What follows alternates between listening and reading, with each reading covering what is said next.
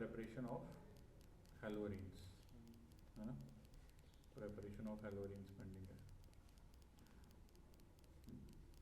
अच्छा जिवें ਇਹਦੇ ਅੰਦਰ ਪਹਿਲੀ ਜਿਹੜੀ ਰਿਐਕਸ਼ਨ ਹੈ ਤੈਨੂੰ ਸਾਰਾ ਆਉਂਦਾ ਬੇਟਾ ਤੂੰ ਇੱਕ ਵਾਰੀ ਦੱਸ ਹੀ ਦੇ। अगर मान ला मेरे को बेंजीन है, ठीक है, बेंजीन के अंदर अगर मैं क्लोरीन ऐड कर रहा और नाल ऐड कर रहा एनहाइड्रस AlCl3, की कंसैप्ट सीगा ਇਹਦਾ कुछ प्रोसैस समझा मैनू। ਜਿਹੜਾ ਇੱਕ मतलब ना AlCl3 है, एक Cl ਨੂੰ मतलब ਜਿਹੜਾ Cl ਆਪਦੇ ਲੋਨ ਤੇ AlCl3 ਨੂੰ ਦੇ ਦੂਗਾ ਤੇ ਇੱਕ ਇਹਦੇ ਤੇ ਨੈਗੇਟਿਵ ਚਾਰਜ ਆ ਜਾਊਗਾ ਉੱਤੇ ਪੋਜ਼ਿਟਿਵ ਆ ਜਾਊਗਾ, ਜਿਹੜਾ ਪੋਜ਼ਿਟਿਵ ਵਾਲਾ ਹੋਊਗਾ ਉੱਧਰ ਵਗ ਜਾਊਗਾ। ਇਹਦਾ ਕੰਮ ਕੀ ਹੁੰਦਾ AlCl3 ਦਾ, ਕੋਈ ਸਪੈਸ਼ਲ ਹੈ ਇਹਦੇ ਅੰਦਰ? ਤੁਹਾਨੂੰ ਪਤਾ ਬੇਟਾ ਇਹਦੇ ਬਾਰੇ AlCl3 ਦਾ ਕੀ ਕੰਮ ਰਹਿੰਦਾ? ਨਹੀਂ? ਅੱਛਾ ਤੈਨੂੰ ਇਹ ਜ਼ਰੂਰੀ ਹੈ ਬੇਟਾ। ਇਹ ਨਾ ਬੇਸਿਕਲੀ ਇੱਕ ਲਿਊਇਸ ਐਸਿਡ ਹੁੰਦਾ। ਲਿਊਇਸ ਐਸਿਡ ਦਾ ਕੰਮ ਕੀ ਹੁੰਦਾ? ਲੋਨ ਪੇਅਰ ਨੂੰ ਕੀ ਕਰਦਾ? ਇਹ ਅਸੈਪਟ ਕਰਦਾ, ਠੀਕ ਹੈ। ਤਾਂ ਇਹਦੇ ਵਿੱਚ ਹੁੰਦਾ ਕੀ ਹੈ ਨਾ, ਆ ਜਿਹੜਾ Cl2 ਹੈ, Cl2 ਹੈਗਾ Cl ਦੋਨਾਂ ਤੇ ਲੋਨ ਪੇਅਰ ਪ੍ਰੈਜ਼ੈਂਟ ਨੇ, ਇੱਦਾਂ ਹੀ ਹੈ ਨਾ। ਤਾਂ ਇਹ ਜਿਹੜਾ AlCl3 ਇਹਨੂੰ ਤਾਂ ਲੋਨ ਪੇਅਰ ਚਾਹੀਦੇ ਨੇ, ਤਾਂ ਬੇਸਿਕਲੀ ਆਹ ਕਲੋਰੀਨ ਇੱਧਰ ਲੋਨ ਪੇਅਰ ਨੂੰ ਅਸੈਪਟ ਕਰ ਲੂਗਾ ਤੇ ਬਣੂਗਾ ਕਿਆ? ਦੇਖੋ Cl single bond Cl single bond AlCl3, ਆ ਚੀਜ਼ ਬਣ ਜਾਏਗੀ। ਇਸਨੇ ਲੋਨ ਪੇਅਰ ਡੋਨੇਟ ਕੀਤਾ, ਕਿਹੜਾ ਚਾਰਜ ਆ ਜਾਊਗਾ? ਪੋਜ਼ਿਟਿਵ। ਇਸਨੇ ਇਹ ਲੋਨ ਪੇਅਰ ਅਸੈਪਟ ਕੀਤਾ, ਕਿਹੜਾ ਚਾਰਜ ਆ ਜਾਊਗਾ? ਨੈਗੇਟਿਵ। ਤਾਂ ਹੁਣ ਆ ਜਿਹੜਾ ਕਲੋਰੀਨ ਪੋਜ਼ਿਟਿਵ ਵਾਲਾ ਹੈ ਨਾ, ਇਹ ਦੂਸਰੇ ਕਲੋਰੀਨ ਤੋਂ ਇਲੈਕਟ੍ਰੋਨ ਖੋਲੇਗਾ। ਤਾਂ ਦੇਖੋ ਇਸ ਤੋਂ ਕਿਆ ਬਣੇਗਾ, ਆ ਜਿਹੜਾ ਇਕੱਲਾ ਕਲੋਰੀਨ ਸੈਪਰੇਟ ਹੋ ਗਿਆ, ਇਹਦੇ ਤੇ ਕਿਹੜਾ ਚਾਰਜ ਆ ਗਿਆ? ਪੋਜ਼ਿਟਿਵ।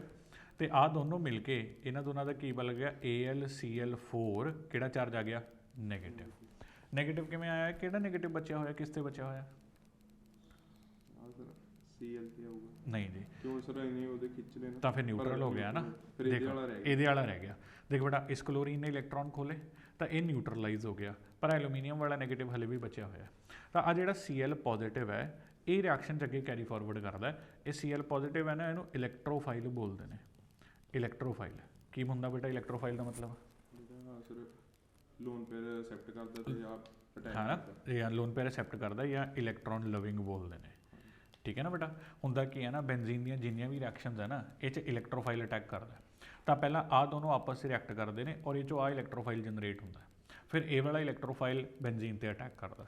ਅੱਛਾ ਅਗਲਾ ਸਟੈਪ ਤਾਂ ਇਹਦਾ ਯਾਦ ਹੀ ਹੋਣਾ, ਆ ਜਿਹੜਾ ਬੈਂਜ਼ੀਨ ਹੈ, ਇਸ ਬੈਂਜ਼ੀਨ ਦੇ ਉੱਤੇ ਆ ਕੇ Cl ਪੋਜ਼ਿਟਿਵ ਅਟੈਕ ਕਰੂਗਾ। Cl ਪੋਜ਼ਿਟਿਵ ਨੂੰ ਹੁਣ ਲੋਨ ਪੇਅਰ ਚਾਹੀਦੇ ਨੇ। ਲੋਨ ਪੇਅਰ ਕੀ ਹੈ? ਕਿਤੇ ਵੀ ਬੌਂਡ ਸ਼ਿਫਟ ਹੋਊਗੀ ਉੱਥੇ ਨੈਗੇਟਿਵ ਆ ਗਿਆ, Cl ਵੀ ਉੱਥੇ ਹੀ ਪਹੁੰਚ ਜਾਊਗਾ ਇਲੈਕਟ੍ਰੋਨ ਲੈਣ ਲਈ। ਕੀ ਬਣੂਗਾ ਇਸ ਤੋਂ ਬਾਅਦ? ਇੱਥੇ ਬਚੂਗਾ ਬੈਂਜ਼ੀਨ, ਇੱਧਰ ਬੌਂਡ ਹੈ, ਇੱਧਰ ਬੌਂਡ ਹੈ, ਇੱਥੇ ਟੌਪ ਤੇ ਪੋਜ਼ਿਟਿਵ ਚਾਰਜ ਹੈ ਔਰ ਇੱਧਰ ਜਾ ਕੇ ਬੇਟਾ Cl ਜੁੜ ਜੂਗਾ। ਇਹ ਇਸ ਦਾ ਨਾਮ ਕੁਛ ਤੈਨੂੰ ਇਹ ਚੀਜ਼ਾਂ ਪਤਾ ਹੋਣੀਆਂ ਚਾਹੀਦੀਆਂ। ਇਹਨੂੰ ਕਹਿੰਦੇ ਆ ਸਿਗਮਾ ਕੰਪਲੈਕਸ। ਯਾਦ ਆਇਆ ਕਿਆ ਬੋਲਦੇ ਆ ਇਹਨੂੰ? Sigma complex. बड़ा स्टेबल कॉम्प्लैक्स है, क्यों? रेजोनेंस हो रही है इस बेटा। देखा जो पॉजिटिव है ये रेजोनेंस इन्वॉल्व है ना, तो ये सिग्मा कॉम्प्लैक्स काफ़ी स्टेबल कॉम्प्लैक्स है। हुण पर अल्टीमेटली इस पॉजिटिव ने अपने आप को न्यूट्रलाइज तो करना ही है। किवें करेगा बेटा न्यूट्रलाइज? शाबाश। जिहड़ा पॉजिटिव है ना, ये अपने नाल वाले कार्बन तो H हटा लूगा। हुण ये नाल वाला कार्बन मतलब ये लैफ्ट से भी एक कार्बन है, ये राइट से भी एक कार्बन है। अगर ये राइट वाले तो H हटाएगा तो H ਦੇ ਇਲੈਕਟ੍ਰੋਨ ਇੱਥੇ ਡਬਲ ਬੌਂਡ 'ਚ ਟਰਾਂਸਫਰ ਹੋ ਜਾਣਗੇ ਤੇ ਐਰੋਮੈਟਿਕ ਬਣਿਆ ਰਹਿ ਜਾਊਗਾ। ਤਾਂ H ਦੇ ਇਲੈਕਟ੍ਰੋਨ ਇਹ ਸਾਰੇ ਇੱਥੇ ਟਰਾਂਸਫਰ ਹੋ ਜਾਂਦੇ ਨੇ। ਕੀ ਬਣ ਜਾਂਦਾ ਬੇਟਾ? ਇਹ ਤੋਂ ਯਾਦ ਕਰ, ਇੱਧਰ double bond double bond double bond, ਇੱਥੇ ਕਲੋਰੀਨ ਹੈ ਔਰ ਵਾਪਸ ਬਾਹਰ ਕੌਣ ਨਿਕਲ ਗਿਆ ਇਹਦੇ ਵਿੱਚੋਂ? H positive. ਤਾਂ ਇਹ ਗੱਲ ਦੇਖੋ, Cl ਪੋਜ਼ਿਟਿਵ ਨੇ ਇਲੈਕਟ੍ਰੋਫਾਈਲ ਬਣ ਕੇ ਅਟੈਕ ਕੀਤਾ ਔਰ H ਪੋਜ਼ਿਟਿਵ ਇਲੈਕਟ੍ਰੋਫਾਈਲ ਬਣ ਕੇ ਬਾਹਰ ਆ ਗਿਆ। ਤਾਂ ਇਹ ਕਿੱਦਾਂ ਦੀ ਸਬਸਟੀਟਿਊਸ਼ਨ ਹੁੰਦੀ ਹੈ? ਇਹਨੂੰ ਇੱਕ ਨਾਮ ਵੀ ਬੋਲਦੇ ਆ, ਇਹਨੂੰ ਬੋਲਦੇ ਆ ਇਲੈਕਟ੍ਰੋਫਿਲਿਕ क्या? सबस्टिट्यूशन। ठीक है ना बेटा। इनफैक्ट ना ये मैं तो दस रहा इन्नी डिटेल से क्योंकि ये रिएक्शन सिर्फ इस चैप्टर च नहीं है, अगे फिनोल चैप्टर च भी है, अगे एल्डिहाइड चैप्टर च भी है और अमीन चैप्टर भी है, सब च रिपीट होती है। तो इस करके पहली गल तो AlCl3 याद रखना है, ये लोन पेयर असैप्ट करता है। लोन पेयर असैप्ट करके इत्थे पॉजिटिव आता है, ये पॉजिटिव एक इलैक्ट्रोफाइल बन के रिंग पर अटैक करता है और रिंग चों किहड़ा इलैक्ट्रोफाइल बाहर निकलता है? H+। ठीक है ना। तो ओवरऑल रिएक्शन इलैक्ट्रोफिलिक सबस्टिट्यूशन होती है। हुण आपां टॉप ते अगर ये प्रोडक्ट बनाने होण तो की होया सी? एक Cl इहदे कोल, एक Cl बेंजीन ते, बेंजीन चों H बाहर, तो अपने कोल बेंजीन ते अल्टीमेटली जाके Cl जुड़ गया, बेंजीन चों आया H बाहर, इत्थे कौन बन गया सीगा? AlCl4। उन्हां नूं मिला के ना आपां HCl लिख दिंदे हुंदे आ। AlCl3 ਦੁਬਾਰਾ ਲਿਖਣ ਦੀ ਜ਼ਰੂਰਤ ਨਹੀਂ ਹੁੰਦੀ, ਉਹ ਇੱਥੇ ਲਿਖਿਆ ਹੋਇਆ ਆਪਣੇ ਕੋਲ, ਤਾਂ ਇਹ ਰਿਐਕਸ਼ਨ ਆ ਜਾਂਦੀ ਹੈ। This is the preparation of haloarenes. ਤਾਂ ਇਹ ਦੇਖੋ ਹੈਲੋਜਨ ਐਰੋਮੈਟਿਕ ਕੰਪਾਊਂਡ ਤੇ ਜੁੜ ਗਿਆ, ਤਾਂ ਦਿਸ ਇਜ਼ ਹੈਲੋਅਰੀਨਸ। ਬਿਲਕੁਲ ਸਿੰਪਲ ਰਿਐਕਸ਼ਨ ਹੈ ਬੇਟਾ, ਠੀਕ ਹੈ ਨਾ। ਹਰ ਚੈਪਟਰ 'ਚ ਆਏਗੀ ਤਾਂ ਆਪਾਂ ਡਿਟੇਲ 'ਚ ਕਰਦੇ ਹਾਂ। ਅੱਛਾ, ਦੂਸਰਾ ਮੈਥਡ, ਮੰਨ ਲਓ ਮੇਰੇ ਕੋਲ ਬੈਂਜ਼ੀਨ ਹੈ, ਬੈਂਜ਼ੀਨ ਦੇ ਉੱਪਰ ਇੱਥੇ ਹੈ CH3, ਮੈंने ਕਲੋਰੀਨ ਐਡ ਕੀਤਾ ਔਰ ਨਾਲ ਹੀਟ ਐਡ ਕਰਤਾ, ਜਾਂ ਤੇ ਕਿਵੇਂ ਚੱਲੇਗੀ ਰਿਐਕਸ਼ਨ ਬੇਟਾ? ਰਿਐਕਸ਼ਨ ਸਰ ਪ੍ਰੋਡਕਟ ਯਾਦ ਹੈ ਤੋ ਥੋੜਾ ਮੈਕੈਨਿਜ਼ਮ ਵੀ ਸੋਚਣਾ ਯਾਰ, ਤੇ ਤਾਂ ਨੀਟ ਦਾ ਪੇਪਰ ਦੇਣਾ। ਦੱਸ ਕਿਵੇਂ ਚੱਲੇਗੀ ਰਿਐਕਸ਼ਨ? ਜਿਹੜਾ CF ਆ ਕੁਛ ਆ ਜਿਹੜਾ ਕੰਬੀਨੇਸ਼ਨ ਹੈ Cl2 ਔਰ ਹੀਟ ਦਾ, ਇਸ ਚੋਂ ਕਿਆ ਬਣਦਾ ਹੁੰਦਾ ਯਾਰ? ਇਦਾਂ ਕਿਉਂ ਕਰ ਰਿਹਾ? ਹਾਂ ਪੁੱਤਰ, ਆਪਾਂ ਨੂੰ ਯਾਦ ਹੋਵੇ ਤਾਂ ਅਗਰ ਇਹ ਕਲੋਰੀਨ ਨੂੰ એનર્ਜੀ ਦਿੱਤੀ ਤਾਂ ਕਲੋਰੀਨ 2 ਪਾਰਟ 'ਚ ਬ੍ਰੇਕ ਡਾਊਨ ਕਰੇਗਾ, ਇਹਦੇ ਵਿੱਚੋਂ ਨਾ 2 ਕਲੋਰੀਨ ਦੇ ਰੈਡੀਕਲ ਜਨਰੇਟ ਹੋਣਗੇ। ਕਿਆ ਬੱਚੇ ਵਾਲੀ ਗੱਲਾਂ ਕਰਦਾ ਤੂੰ, ਹੈ ਨਾ? ਤਾਂ ਇਹਦੇ ਵਿੱਚ ਨਾ ਜਦੋਂ ਵੀ ਬੇਟਾ ਤੁਸੀਂ ਕਲੋਰੀਨ ਨੂੰ એનર્ਜੀ ਦਿੱਤੀ ਤਾਂ ਇਹ 'ਚੋਂ 2 ਕਲੋਰੀਨ ਦੇ ਰੈਡੀਕਲ ਜਨਰੇਟ ਹੋ ਜਾਣਗੇ। ਹੁਣ ਆ ਜਿਹੜਾ ਰੈਡੀਕਲ ਹੈ, ਰੈਡੀਕਲ ਇੱਥੇ ਵੀ ਰੈਡੀਕਲ ਬਣਾਏਗਾ। ਇੱਥੇ ਸਭ ਤੋਂ ਸਟੇਬਲ ਰੈਡੀਕਲ ਕਿੱਥੇ ਹੈ? ਸਰ ਉੱਤੇ ਕਾਰਬਨ ਤੇ। ਇੱਥੇ ਬੇਟਾ ਸਭ ਤੋਂ ਸਟੇਬਲ ਰੈਡੀਕਲ ਨਾ ਇਸ ਜਗ੍ਹਾ ਤੇ ਆ ਜਿਹੜਾ CH3 ਹੈ। ਇੱਥੇ ਰੈਡੀਕਲ ਸਟੇਬਲ ਤਾਂ ਹੈ ਕਿਉਂਕਿ ਜੇ ਇਸ ਜਗ੍ਹਾ ਤੇ ਰੈਡੀਕਲ ਬਣਦਾ ਹੈ, ਆ ਬੈਂਜ਼ੀਨ ਤੋਂ ਬਾਅਦ ਇੱਕ ਹਾਈਡਰੋਜਨ ਦਾ ਲਾਸ ਕਰਕੇ ਜੇ ਰੈਡੀਕਲ ਬਣੇਗਾ ਨਾ, ਇਹ ਹਾਈਲੀ ਸਟੇਬਲ ਹੈ। ਇਹ ਕਿਉਂ ਸਟੇਬਲ ਹੈ ਬੇਟਾ? Because it is involved in the resonance. ਤਾਂ ਬੇਟਾ ਕੀ ਕਰੇਗਾ, ਆ ਕਲੋਰੀਨ ਰੈਡੀਕਲ ਆਇਆ, ਇਸ ਜਗ੍ਹਾ ਤੋਂ H ਰੈਡੀਕਲ ਬਣੇਗਾ। ਦੇਖ H ਸਾਰੇ ਕਿਤੇ ਪ੍ਰੈਜ਼ੈਂਟ ਹੈ, ਪਰ ਹੋਰ ਕਿਤੇ ਵੀ ਤੁਸੀਂ ਰੈਡੀਕਲ ਬਣਾਓਗੇ ਨਾ ਤਾਂ ਉਹ ਇੰਨਾ ਸਟੇਬਲ ਨਹੀਂ ਬਣੇਗਾ ਜਿੰਨਾ ਬਾਹਰ ਵਾਲੇ ਤੇ ਬਣੇਗਾ। ਆ ਰੈਡੀਕਲ ਇਹ ਰੈਡੀਕਲ ਆਪਸ ਵਿੱਚ ਜੁੜ ਜਾਂਦੇ ਨੇ, ਕੀ ਬਣ ਜਾਂਦਾ ਬੇਟਾ? ਇੱਥੇ ਆ ਗਿਆ ਬੈਂਜ਼ੀਨ, ਬੈਂਜ਼ੀਨ ਦੇ ਨਾਲ CH2, CH2 ਦੇ ਨਾਲ Cl। ਹੁਣ ਤੂੰ ਰਿਐਕਸ਼ਨ ਦਾ ਨਾਮ ਵੀ ਦੱਸ ਦੇ, ਕਿਹੜੀ ਸਬਸਟੀਟਿਊਸ਼ਨ ਹੈ ਇਹ? ਇਲੈਕਟ੍ਰੋਫਿਲਿਕ। ਗਲਤ ਹੋ ਗਿਆ, ਫ੍ਰੀ ਰੈਡੀਕਲ ਸਬਸਟੀਟਿਊਸ਼ਨ ਹੈ। ਅਭੀ ਹੁੰਦੀ ਹੈ ਕਿਉਂ? ਇਹ ਫ੍ਰੀ ਰੈਡੀਕਲ ਬੇਸਡ ਹੀ ਹੈ। ਫ੍ਰੀ ਇਲੈਕਟ੍ਰੋਫਾਈਲ ਤੇ ਨਿਊਕਲੀਓਫਾਈਲ ਵਾਲੀ ਹੁੰਦੀ ਹੈ। ਕਿਉਂ? ਫ੍ਰੀ ਰੈਡੀਕਲ ਕਲੋਰੀਨੇਸ਼ਨ 'ਚ ਸਬਸਟੀਟਿਊਸ਼ਨ ਹੀ ਹੈ ਇਹ। ਕੌਣ ਸਬਸਟੀਟਿਊਟ ਕਰ ਰਿਹਾ ਤੂੰ? Cl radical. ਕਿਹਨੂੰ ਸਬਸਟੀਟਿਊਟ ਕਰ ਰਿਹਾ? H radical. ਔਰ ਇਹ ਕੋਈ ਪਰਟੀਕੁਲਰ ਇੱਕ ਪੋਜੀਸ਼ਨ ਵੀ ਹੈ ਜਿੱਥੇ ਅਟੈਕ ਹੋ ਰਿਹਾ, ਬੈਂਜ਼ਾਈਲਿਕ। ਤਾਂ ਬੇਟਾ ਇਹਨੂੰ ਆ ਨਾਮ ਵੀ ਬੋਲਦੇ ਆ, ਇਹਨੂੰ ਬੈਂਜ਼ਾਈਲਿਕ ਸਬਸਟੀਟਿਊਸ਼ਨ ਵੀ ਕਹਿੰਦੇ ਆ, ਠੀਕ ਹੈ ਨਾ। ਤਾਂ ਇਹ ਜਿਹੜੀ ਸਾਰੀ ਰਿਐਕਸ਼ਨ ਹੈ, this is also known as benzylic substitution, ਠੀਕ ਹੈ। ਦੁਬਾਰਾ ਦੇਖਦੇ ਹਾਂ, ਆਪਣੇ ਕੋਲ ਆ ਬੈਂਜ਼ੀਨ CH3 ਹੈ, ਮਤਲਬ ਟੋਲੋਇਨ। ਟੋਲੋਇਨ ਤੇ ਕਲੋਰੀਨ ਔਰ ਹਾਂਜੀ ਮਤਲਬ ਹਾਂਜੀ ਕਲੋਰੀਨ ਔਰ ਹੀਟ ਕੀਤਾ, ਇਹ ਕੰਬੀਨੇਸ਼ਨ 'ਚੋਂ ਰੈਡੀਕਲ ਬਣਦਾ ਹੁੰਦਾ। ਇਹ ਜਿਹੜਾ ਰੈਡੀਕਲ ਹੈ ਬੈਂਜ਼ੀਨ ਤੋਂ ਅਗਲੀ ਪੋਜੀਸ਼ਨ ਤੇ ਰੈਡੀਕਲ ਸਟੇਬਲ ਹੈ, ਤਾਂ ਇੱਥੇ ਅਟੈਕ ਹੋ ਜਾਂਦਾ। ਹੋ ਜਾਊਗਾ ਬੇਟਾ ਇੰਨਾ ਕੁ ਪਾਰਟ। ਅੱਛਾ, ਦੇਖ ਲੈਂਦੇ ਹਾਂ ਹੋਰ ਕੋਈ ਰਿਐਕਸ਼ਨ ਅਗਰ ਪੈਂਡਿੰਗ ਹੋਵੇ। ਇਹ ਤਾਂ ਬਹੁਤ ਸੌਖੀਆਂ ਨੇ ਯਾਰ, ਇਹਦੇ ਵਿੱਚ ਕੁਛ ਹੈ ਹੀ ਨਹੀਂਗਾ। ਆਹ 2 ਨੇਮ ਰਿਐਕਸ਼ਨ ਯਾਦ ਰੱਖਣੀਆਂ ਨੇ, ਇਹ ਸ਼ਾਇਦ ਪੜ੍ਹੀਆਂ ਵੀ ਹੋਣਗੀਆਂ। ਇੱਕ ਹੁੰਦਾ ਬੇਟਾ ਸੈਂਡਮੇਅਰਜ਼ ਰਿਐਕਸ਼ਨ ਔਰ ਇੱਕ ਹੁੰਦੀ ਆ ਗੈਟਰਮੈਨਜ਼ ਰਿਐਕਸ਼ਨ, ਠੀਕ ਹੈ ਨਾ। ਬਿਲਕੁਲ ਸਿੰਪਲ ਨੇ। ਇਹਦੇ ਵਿੱਚ ਨਾ ਜਿਹੜਾ ਰਿਐਕਟੈਂਟ ਹੈ ਦੋਨਾਂ ਦੇ ਅੰਦਰ, ਰਿਐਕਟੈਂਟ ਹੈਗਾ ਡਾਇਜ਼ੋਨੀਅਮ ਕਲੋਰਾਈਡ। ਡਾਇਜ਼ੋਨੀਅਮ ਕਲੋਰਾਈਡ, ਡਾਇਜ਼ੋਨੀਅਮ ਕਲੋਰਾਈਡ ਬਾਰੇ ਜਾਂ ਤੇ ਜੀ ਥੋੜਾ ਜਿਹਾ ਚਾਨਣਾ ਪਾਓ ਜੇ ਯਾਦ ਹੈ ਤਾਂ। ਐਨਿਲੀਨ ਤੋਂ ਅੱਗੇ ਪਤਾ ਨਹੀਂ ਉਹਦੇ ਵਿੱਚ ਰਿਐਕਟੈਂਟ ਪਤਾ ਨਹੀਂ ਕਿਉਂ ਨਹੀਂ ਤੈਨੂੰ। ਦੇਖ ਬੇਟਾ, ਡਾਇਜ਼ੋਨੀਅਮ ਸਾਲਟ ਕੀ ਹੁੰਦਾ? ਬੈਂਜ਼ੀਨ ਹੋਣਾ ਚਾਹੀਦਾ। ਇਹਦੇ ਉੱਪਰ N ਟ੍ਰਿਪਲ ਬੌਂਡ N ਹੁੰਦਾ, ਇਹਨੂੰ ਡਾਇਜ਼ੋਨੀਅਮ ਬੋਲਦੇ ਆ, ਠੀਕ ਹੈ। Diazonium basically N triple bond N ਨੂੰ ਹੀ ਬੋਲਦੇ ਆ, ਤੇ ਇਹਦਾ ਪੂਰਾ ਨਾਮ ਬੈਂਜ਼ੀਨ ਡਾਇਜ਼ੋਨੀਅਮ ਹੁੰਦਾ। ਤੇ ਨਾਲ ਕਲੋਰਾਈਡ ਵੀ ਲੱਗ ਗਿਆ। ਹੁਣ ਦੇਖੋ ਆ ਸੈਂਟਰ ਵਾਲੇ ਨਾਈਟ੍ਰੋਜਨ ਨੇ 1 2 3 4 ਬੌਂਡ ਬਣਾਏ ਨੇ ਨਾ, ਤਾਂ ਇਹਦੇ ਤੇ ਕਿਹੜਾ ਚਾਰਜ ਆ ਜਾਊਗਾ? ਪੋਜ਼ਿਟਿਵ। ਤਾਂ ਇਸ ਪੋਜ਼ਿਟਿਵ ਤੇ ਕੋਈ ਨੈਗੇਟਿਵ ਜਿਹੜਾ ਜੁੜਿਆ ਹੁੰਦਾ ਹੈ ਉਹ ਹੁੰਦਾ Cl ਨੈਗੇਟਿਵ। ਹੁਣ ਇਹਦਾ ਪੂਰਾ ਨਾਮ ਦੇਖਦੇ ਆ, ਬੈਂਜ਼ੀਨ ਡਾਇਜ਼ੋਨੀਅਮ ਕਲੋਰਾਈਡ, ਠੀਕ ਹੈ। ਹੁਣ ਇਹਦਾ ਕੰਮ ਦੱਸਦਾ ਮੈਂ ਕੀ ਹੈ। ਆ ਜਿਹੜਾ ਇਹ ਚੋਂ N ਟ੍ਰਿਪਲ ਬੌਂਡ N ਹੈ ਨਾ, ਇਹ ਬਹੁਤ ਈਜ਼ੀਲੀ N2 ਗੈਸ ਬਣ ਕੇ ਲੀਵ ਕਰ ਜਾਂਦਾ ਹੈ, ਠੀਕ ਹੈ ਨਾ। ਤਾਂ ਇਹ ਬਹੁਤ ਈਜ਼ੀਲੀ ਬ੍ਰੇਕ ਡਾਊਨ ਕਰ ਜਾਂਦਾ। ਤਾਂ ਕੁਛ ਨਹੀਂ ਕਰਨਾ, ਬੇਸਿਕਲੀ ਇਹਨੂੰ ਹੀਟ ਕਰਨਾ, ਤੇ ਹੀਟ ਕਰਕੇ ਜਿਹੜੀ ਚੀਜ਼ ਐਡ ਆਨ ਕਰਨੀ ਹੈ, ਜਿਵੇਂ ਮੰਨ ਲਓ ਤੁਸੀਂ ਐਡ ਕਰੋ ਅਗਰ CuCl, ਤਾਂ CuCl ਦੇ ਵਿੱਚੋਂ ਜਿਹੜਾ ਕਲੋਰਾਈਡ ਆਇਨ ਹੈ ਉਹ ਆ ਕੇ N ਟ੍ਰਿਪਲ ਬੌਂਡ N ਦੀ ਜਗ੍ਹਾ ਜੁੜ ਜਾਏਗਾ। ਸਿੰਪਲੀ ਕੀ ਬਣਿਆ ਰਹਿ ਜਾਏਗਾ? ਬੈਂਜ਼ੀਨ। ਬੈਂਜ਼ੀਨ ਤੇ ਕੌਣ ਆ ਕੇ ਜੁੜ ਜਾਏਗਾ? Cl। ਬਾਈ ਪ੍ਰੋਡਕਟ ਆ ਜਿਹੜਾ N ਟ੍ਰਿਪਲ ਬੌਂਡ N ਹਟਿਆ, ਇਹ N triple bond N is basically nitrogen gas, ਤਾਂ ਬਾਈ ਪ੍ਰੋਡਕਟ ਨਾਈਟ੍ਰੋਜਨ ਗੈਸ ਬਣ ਜਾਂਦਾ ਹੈ।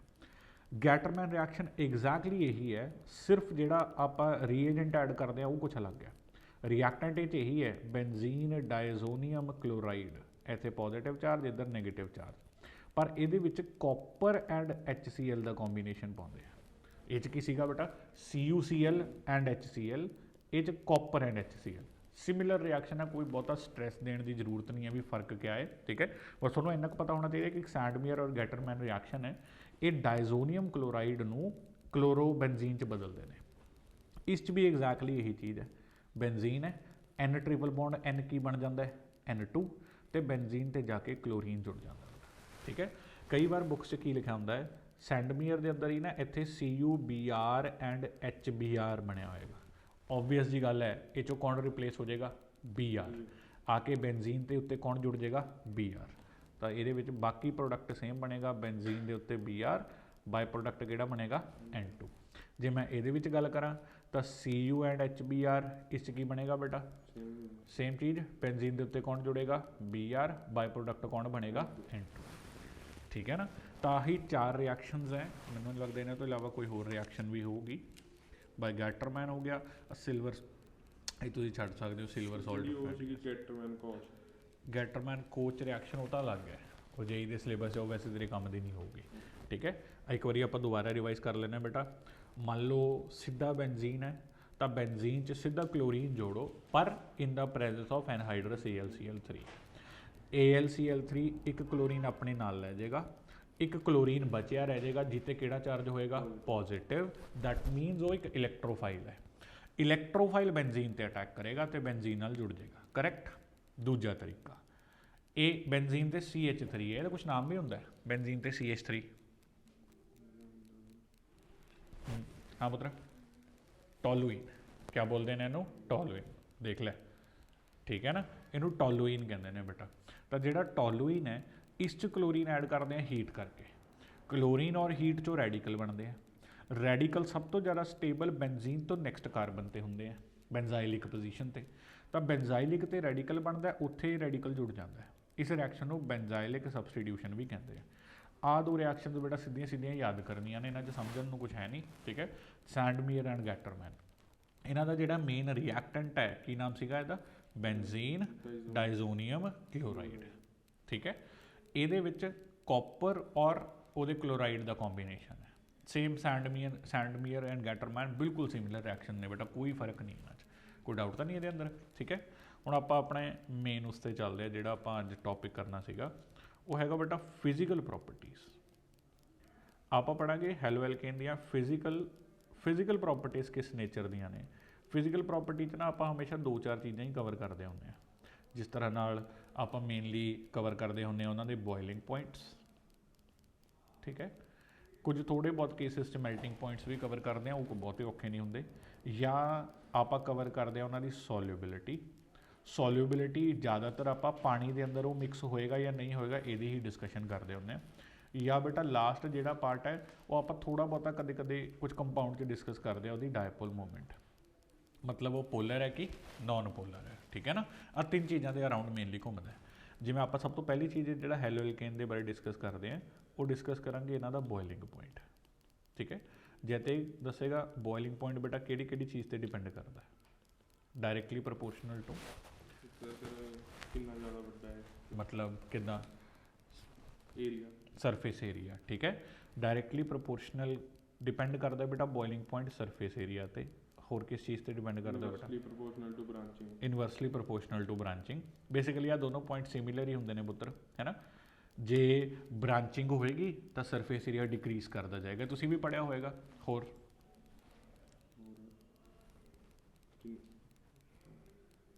जिन्ने ज़्यादा फिर वो होंगे, जिवें अच्छा क्लोरीन जिन्ने ज़्यादा होंगे। तेरी वीडियो नहीं आ रही, तो टेंशन क्यों ले रहा है, तू बड़ा स्ट्रेस जिहा लग रहा है, वो तो सिर्फ मेरे दा ही हाल है। हाँ, क्लोरीन जिन्ने ज़्यादा होंगे। यार इदा क्यों बोलता है, मॉलिक्यूलर मास किहड़ी चीज़ से डिपेंड करेगा बेटा, मॉलिक्यूलर मास। बेसिकली जैसे कहना चाहता है ना, बॉइलिंग पॉइंट सिर्फ एक चीज़ से डिपेंड करता होंगे, आ सब उहदे नाल ही कनैक्टेड है, इंटरमॉलिक्यूलर फोर्सेस, ठीक है ना बेटा। आप ही समझ, घरे माता जी पानी नूं बॉयल कर रहे हैं तो वो बेसिकली पानी और पानी की इंटरैक्शन नूं तोड़ रहे हैं। तो boiling point is intermolecular forces कितनी स्ट्रोंग है या वीक है। अगर इंटरमॉलिक्यूलर फोर्सेस स्ट्रोंग होणगियां ਤਾਂ ਜ਼ਿਆਦਾ ਬੋਇਲ ਕਰਨਾ, ਜ਼ਿਆਦਾ ਹੀਟ ਕਰਨਾ ਪਏਗਾ, ਫਿਰ ਸੈਪਰੇਟ ਹੋਣਗੇ। ਅਗਰ ਇੰਟਰਮੋਲੀਕੂਲਰ ਫੋਰਸਿਸ ਵੀਕ ਹੈ ਤਾਂ ਈਜ਼ੀਲੀ ਬੋਇਲ ਹੋ ਜਾਏਗਾ। ਸਿੰਪਲ ਫੰਡੇ ਨੇ, ਇਹ ਸਾਰਾ ਕੁਝ ਪੜਿਆ ਹੋਏਗਾ, ਆਪਾਂ ਸਿਰਫ ਰਿਵਾਈਜ਼ ਕਰ ਰਹੇ ਡਨ। ਠੀਕ ਹੈ, ਹੁਣ ਅਗਰ ਮੈਂ ਬੋਇਲਿੰਗ ਪੁਆਇੰਟ ਮੰਨ ਲਓ ਕੰਪੈਰੀਜ਼ਨ ਕਰਦਾ ਬੇਟਾ, ਇੱਕ ਪਾਸੇ ਆਪਣੇ ਕੋਲ ਹੈ ਐਲਕੇਨ, ਜਿਵੇਂ ਮੰਨ ਲਓ ਮੀਥੇਨ ਦੀ ਗੱਲ ਕਰ ਲੈਂਦੇ ਹਾਂ, ਔਰ ਇੱਕ ਪਾਸੇ ਕਲੋਰੋ ਮੀਥੇਨ ਯਾਨੀ ਕਿ ਹੈਲੋ ਐਲਕੇਨ ਦੀ ਗੱਲ ਕਰ ਲੈਂਦੇ, ਠੀਕ ਹੈ, CH3Cl। ਹੁਣ ਅਗਰ ਮੈਂ ਇਹਨਾਂ ਦਾ ਮੰਨ ਲਓ ਦੋਨਾਂ ਦਾ ਬੋਇਲਿੰਗ ਪੁਆਇੰਟ ਕੰਪੈਰੀਜ਼ਨ ਕਰਨਾ, ਕਿਹੜੇ ਕਿਹੜੇ ਪੁਆਇੰਟ ਦੇਖਦੇ ਹੀ ਆਪਣੀ ਨਿਗਾਹ 'ਚ ਆ ਰਹੇ ਨੇ, ਕੀ ਚੀਜ਼ਾਂ ਆਪਣੇ ਮੇਨ ਨਿਗਾਹ 'ਚ ਆ ਰਹੀਆਂ ਨੇ, ਕੀ ਫਰਕ ਹੈ ਦੋਹਾਂ 'ਚ? ਇਹ 'ਚ ਕਾਰਬਨ ਤੇ ਕਲੋਰੀਨ ਦਾ ਬੌਂਡ ਆ, ਕਾਰਬਨ ਤੇ ਕਲੋਰੀਨ ਹੈ, ਇਹ 'ਚ ਕਾਰਬਨ ਹੈ ਨਾ। ਕਾਰਬਨ ਤੇ ਕਲੋਰੀਨ ਬੌਂਡ 'ਚ ਕੁਝ ਖਾਸ ਹੁੰਦਾ? ਪੋਲਰ ਹੁੰਦਾ ਹੈ। ਕਿਸ ਤੇ ਬੇਟਾ ਕਿਹੜਾ ਚਾਰਜ ਆਉਂਦਾ ਹੁੰਦਾ ਹੈ? ਸ਼ਾਬਾਸ਼, ਕਲੋਰੀਨ ਤੇ ਨੈਗੇਟਿਵ ਐਂਡ ਕਾਰਬਨ ਤੇ ਪੋਜ਼ਿਟਿਵ, ਬਿਲਕੁਲ ਠੀਕ ਹੈ। ਐਦਾਂ ਕਿਉਂ ਹੋਇਆ, ਕਲੋਰੀਨ ਤੇ ਨੈਗੇਟਿਵ ਕਿਉਂ ਆਇਆ? ਕਿਉਂਕਿ ਸਰ ਉਹਦੀ ਉਹ ਜ਼ਿਆਦਾ ਪਾਵਰ ਨਹੀਂ ਹੁੰਦੀ, ਕੁਝ ਕਹਿੰਦੇ ਹੁੰਦੇ ਇਲੈਕਟ੍ਰੋਨੈਗੇਟਿਵਿਟੀ, ਇਹਦੀ ਇਲੈਕਟ੍ਰੋਨੈਗੇਟਿਵਿਟੀ ਹਾਇਰ ਹੁੰਦੀ ਹੈ ਨਾ ਬੇਟਾ। ਤਾਂ ਇਹ ਜ਼ਿਆਦਾ ਇਲੈਕਟ੍ਰੋਨੈਗੇਟਿਵ ਹੈ ਤਾਂ ਆਪਣੇ ਵਾਲੇ ਇਲੈਕਟ੍ਰੋਨ ਅਟਰੈਕਟ ਕਰੇਗਾ, ਪੋਜ਼ਿਟਿਵ ਨੈਗੇਟਿਵ ਆ ਗਿਆ। ਅੱਛਾ, ਜਦ ਤੱਕ ਅਗਰ ਪੋਜ਼ਿਟਿਵ ਨੈਗੇਟਿਵ ਆਏਗਾ ਤਾਂ ਇਹ 'ਚ ਇੰਟਰਮੋਲੀਕੂਲਰ ਫੋਰਸਿਸ ਪਹਿਲਾਂ ਤਾਂ ਕਿਹੜੇ ਹੁੰਦੀਆਂ ਨੇ ਇੰਟਰਮੋਲੀਕੂਲਰ ਫੋਰਸਿਸ? ਡਾਈਪੋਲ, ਐਚ ਬੌਂਡਿੰਗ, ਹਾਂ, ਤੇ ਵੈਂਡਰ। ਹਾਂ ਬੇਟਾ, ਮੈਕੈਨਿਜ਼ਮ 'ਚ ਹਮੇਸ਼ਾ ਇੱਦਾਂ ਹੀ ਲਿਖਣਾ ਹੁੰਦਾ ਹੈ, ਪਹਿਲਾਂ ਇੱਕ ਰਿਐਕਸ਼ਨ ਲਿਖਣੀ ਹੁੰਦੀ ਹੈ, ਫਿਰ ਉਹਦਾ ਹੀ ਮੈਕੈਨਿਜ਼ਮ ਲਿਖਣਾ ਹੁੰਦਾ, ਠੀਕ ਹੈ ਨਾ। ਹਾਂ ਉਤਰ ਆਪ ਕਿਤੇ ਆ ਰਹੇ ਸੀਗੇ, ਇੰਟਰਮੋਲੀਕੂਲਰ ਫੋਰਸਿਸ ਕਿਹੜੀਆਂ ਹੁੰਦੀਆਂ ਨੇ? ਐਚ ਬੌਂਡਿੰਗ, ਡਾਇਪੋਲ, ਵੈਂਡਰ ਵਾਲ। ਸਟਰੋਂਗੈਸਟ ਕਿਹੜੀ ਹੁੰਦੀ ਹੈ? H bonding. ਵੀਕੈਸਟ ਕਿਹੜੀ ਹੁੰਦੀ ਹੈ? ਸ਼ਾਬਾਸ਼, ਹੈ ਨਾ।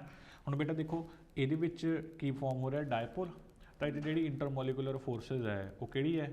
Dipole, correct. ਔਰ ਜਿਹੜਾ ਮੀਥੇਨ ਹੈ, ਕਿ ਇਹ 'ਚ ਵੀ ਕੋਈ ਪੋਲ ਹੈ? ਨਹੀਂ, ਤਾਂ ਇਹ 'ਚ ਇੰਟਰਮੋਲੀਕੂਲਰ ਫੋਰਸ ਕਿਹੜੀ ਹੈ? ਵੈਂਡਰ ਵਾਲ ਫੋਰਸ। ਪਤਾ ਨਾ ਬੇਟਾ, ਇਹਨਾਂ ਦੋਨਾਂ 'ਚੋਂ ਸਟਰੋਂਗਰ ਫੋਰਸ ਕਿਹੜੀ ਹੁੰਦੀ ਹੈ? ਡਾਇਪੋਲ।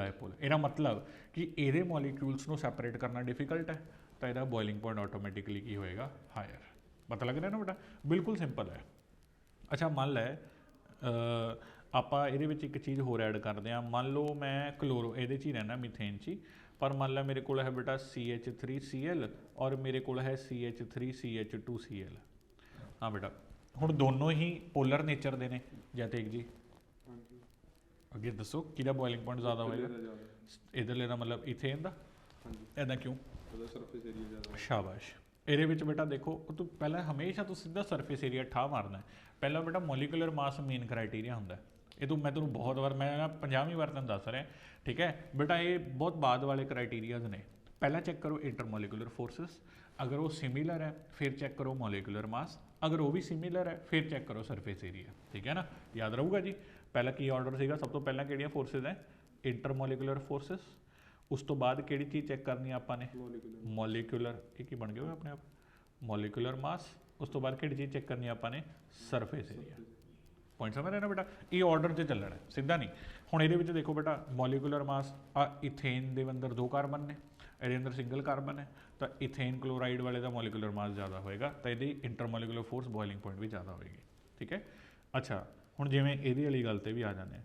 ਮੰਨ ਲਓ ਇੱਦਾਂ ਹੈ, ਮਤਲਬ 1 2 3 4 5 5 ਕਾਰਬਨ ਔਰ ਕਲੋਰੀਨ ਹੈ, ਔਰ ਸੇਮ 5 ਕਾਰਬਨ ਔਰ ਕਲੋਰੀਨ ਹੈ। ਹੁਣ ਜ਼ਿਆਦਾ ਸਰਫੇਸ ਏਰੀਆ ਬੇਟਾ ਕਿਹਦਾ? ਹੁਣ ਦੇਖ, ਮੋਲੀਕੂਲਰ ਮਾਸ ਸੇਮ ਆਏਗਾ ਤਾਂ ਸਰਫੇਸ ਏਰੀਆ 'ਤੇ ਜਾਵਾਂਗੇ। ਜ਼ਿਆਦਾ ਸਰਫੇਸ ਏਰੀਆ ਕਿਹਦਾ ਬੇਟਾ? ਫਸਟ ਵਾਲੇ ਦਾ। ਜਿਹੜਾ ਜ਼ਿਆਦਾ ਲੀਨੀਅਰ ਡਾਇਰੈਕਸ਼ਨ, ਲੀਨੀਅਰ ਸ਼ੇਪ ਵਰਗਾ ਹੁੰਦਾ ਨਾ, ਜਿਹੜਾ ਉਹਦਾ ਸਰਫੇਸ ਏਰੀਆ ਜ਼ਿਆਦਾ ਹੁੰਦਾ, ਤਾਂ ਪਹਿਲੇ ਵਾਲੇ ਦਾ ਸਰਫੇਸ ਏਰੀਆ ਹਾਇਰ ਹੈ। ਤਾਂ ਜ਼ਿਆਦਾ ਸਰਫੇਸ ਏਰੀਆ ਹੋਊਗਾ ਨਾ, ਤਾਂ ਇਹਦੇ ਮੋਲੀਕੂਲ ਆਪਸ 'ਚ ਜ਼ਿਆਦਾ ਇੰਟਰੈਕਟ ਕਰਨਗੇ, ਤਾਂ ਇਹਨਾਂ ਦਾ ਬੋਇਲਿੰਗ ਪੁਆਇੰਟ ਆਟੋਮੈਟਿਕਲੀ ਕੀ ਹੋ ਜਾਏਗਾ? ਇਨਕਰੀਜ਼।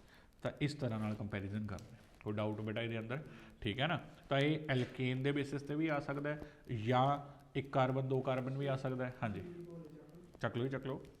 ਜਾਂ ਇੱਦਾਂ ਵੀ ਦੇਖੋ, ਇੱਕ ਇਹ ਚੀਜ਼ ਵੀ ਆ ਜਾਂਦੀ ਹੈ ਕਈ ਵਾਰ ਵੀ, ਹਾਇਰ ਐਲਕੇਨ ਹੈ ਔਰ ਇੱਕ ਪਾਸੇ ਮੇਰੇ ਕੋਲ ਲੋਅਰ ਐਲਕੇਨ ਹੈ, ਕਹੇਗਾ ਇਹਦਾ ਬੋਇਲਿੰਗ ਪੁਆਇੰਟ ਕੰਪੈਰੀਜ਼ਨ ਕਰੋ। ਇਹਦਾ ਮਤਲਬ ਕੀ ਹੈ ਬੇਟਾ? ਹਾਇਰ ਔਰ ਲੋਅਰ ਦਾ ਜ਼ਿਆਦਾ ਨੰਬਰ ਆਫ ਕਾਰਬਨ ਘੱਟ। ਹਾਂ, ਹਾਇਰ ਐਲਕੇਨ ਦਾ ਮਤਲਬ ਹੁੰਦਾ ਹੈ ਇਹਦੇ ਵਿੱਚ ਮੋਰ ਨੰਬਰ ਆਫ ਕਾਰਬਨ, ਠੀਕ ਹੈ ਬੇਟਾ। ਲੋਅਰ ਐਲਕੇਨ ਦਾ ਮਤਲਬ ਹੁੰਦਾ ਇਹਦੇ ਵਿੱਚ ਲੈਸਰ ਨੰਬਰ ਆਫ ਕਾਰਬਨ। ਹੁਣ ਬੇਟਾ ਜਿੰਨੇ ਜ਼ਿਆਦਾ ਕਾਰਬਨ ਹੋਣਗੇ ਉਨਾ ਜ਼ਿਆਦਾ ਕਿਆ ਹੋਏਗਾ? ਹਾਂਜੀ, ਜੇ ਜ਼ਿਆਦਾ ਕਾਰਬਨ ਹੈ ਉਨਾ ਜ਼ਿਆਦਾ ਏਰੀਆ।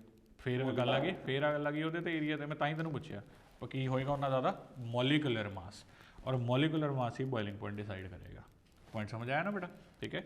ਅੱਛਾ ਇਹ ਤਾਂ ਸਾਰੇ ਆਪਾਂ ਨੂੰ ਪਤਾ ਹੀ ਨੇ। ਅੱਛਾ ਜਤਿਕ ਜੀ ਇਹਦਾ ਵੀ ਦੱਸ ਹੀ ਦਿਓ, ਮੰਨ ਲਓ ਮੇਰੇ ਕੋਲ CH3Cl ਹੈ, ਮਤਲਬ ਇੱਕ ਕਲੋਰੋ ਹੈ ਔਰ ਇੱਕ ਐਲਕੋਹਲ ਹੈ। ਹੁਣ ਦੱਸ ਕੀ ਕਿਉਂ? ਸ਼ਾਬਾਸ਼ ਬੇਟਾ, ਜਿਹੜਾ ਐਲਕੋਹਲ ਹੁੰਦਾ ਨਾ, ਐਲਕੋਹਲ ਦੇ ਅਗਰ ਮੈਂ 2 ਮੋਲੀਕਿਊਲ ਐਵੇਂ ਸਾਈਡ ਬਾਈ ਸਾਈਡ ਰੱਖਦਾ ਤਾਂ ਇਹ ਕਿਹੜੀ ਬੌਂਡਿੰਗ ਨਾਲ ਕਨੈਕਟ ਕਰ ਜਾਂਦੇ ਨੇ? Hydrogen bond. ਇਹ ਸਟਰੋਂਗੈਸਟ ਫੋਰਸ ਹੁੰਦੀ ਹੈ, ਤਾਂ ਹਾਈਡਰੋਜਨ ਬੌਂਡ ਜ਼ਿਆਦਾ ਹੈ, ਪਰ ਇਹਦੇ ਮੋਲੀਕਿਊਲ ਕਿਹੜੀ ਫੋਰਸ ਨਾਲ ਕਨੈਕਟ ਕਰਨਗੇ? ਡਾਇਪੋਲ। ਤਾਂ ਹਾਈਡਰੋਜਨ ਬੌਂਡਿੰਗ ਜ਼ਿਆਦਾ ਸਟਰੋਂਗ ਹੁੰਦੀ ਹੈ। ਇਹ ਫਰਕ ਵੀ ਸਮਝਣਾ ਆਪਾਂ ਨੇ, ਠੀਕ ਹੈ। ਬੋਇਲਿੰਗ ਪੁਆਇੰਟ ਆਪਾਂ ਸਭ ਉਹੀ ਪ੍ਰੀਵਿਅਸ ਕਰ ਚੁੱਕੇ ਹਾਂ, ਇਹ 'ਚ ਕੋਈ ਦਿੱਕਤ ਨਹੀਂ ਹੈ। ਦੂਸਰੇ 'ਤੇ ਚੱਲਦੇ ਹਾਂ।